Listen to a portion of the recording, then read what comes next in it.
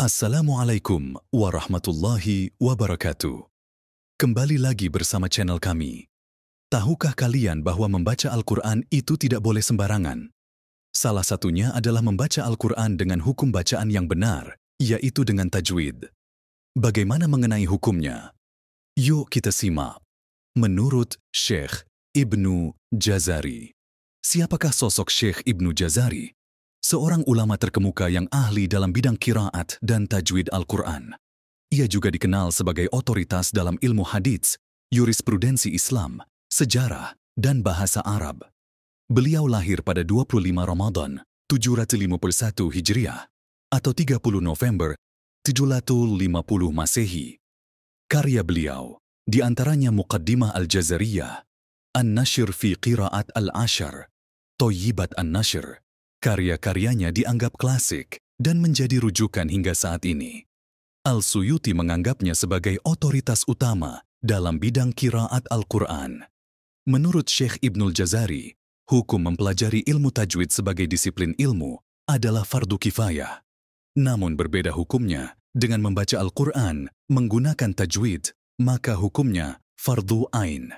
Syekh Ibnul Jazari menjelaskan, jika membaca Al-Quran dengan tajwid, hukumnya adalah wajib.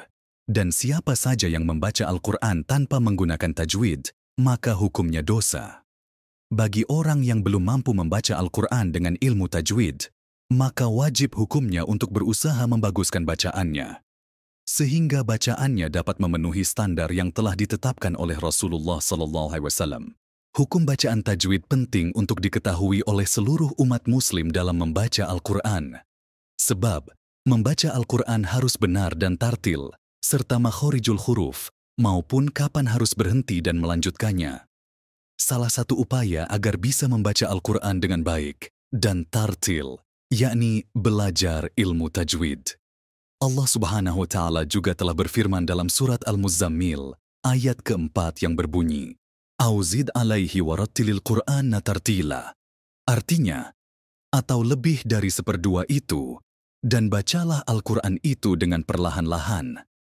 Quran Surat Al-Muzammil ayat 4.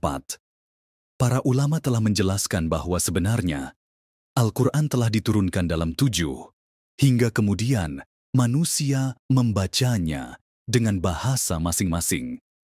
Karena adanya kekhawatiran akan timbulnya perselisihan, maka terjadi kesepakatan antara kaum muslimin. Kaum muslimin kemudian bersatu dalam satu qiraah dengan gaya bahasa Quraisy di masa kekhalifahan Utsman bin Affan. Tujuan beliau mempersatukan kaum muslimin agar tidak ada perpecahan umat di kemudian hari. Hal yang tidak boleh dilakukan adalah dengan membaca Al-Quran menggunakan pelafalan yang tidak dibolehkan. Misalnya, dengan mengganti atau menukar huruf di Al-Quran sehingga merubah pelafalannya. Namun terlepas dari itu semua, para ulama juga telah berpesan jika kita tidak mudah untuk menyalahkan bacaan Al-Quran seseorang yang belum pernah mendapatkan pelajaran tajwid. Membaca Al-Quran secara perlahan dapat membantu hati kita untuk tergerak dengan ayat-ayat Al-Quran. Lebih dari itu, dapat menciptakan kewaspadaan diri yang sempurna terhadap ayat-ayat Allah Subhanahu wa Ta'ala.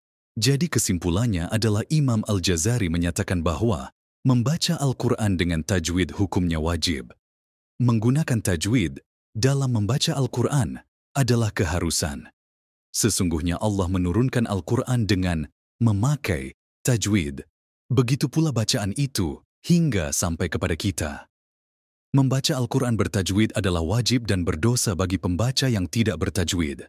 Hukum membaca Al-Quran dengan tajwid adalah fardu ain, yaitu kewajiban bagi setiap orang yang membaca Al-Quran. Sementara itu, hukum mempelajari ilmu tajwid adalah fardu kifayah.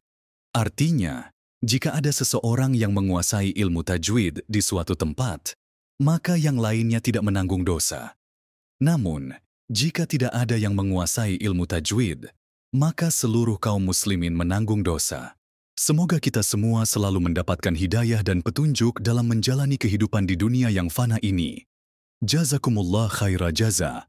Wassalamualaikum warahmatullahi wabarakatuh. Terima kasih atas dukungan dan suportnya. Sampai jumpa kembali.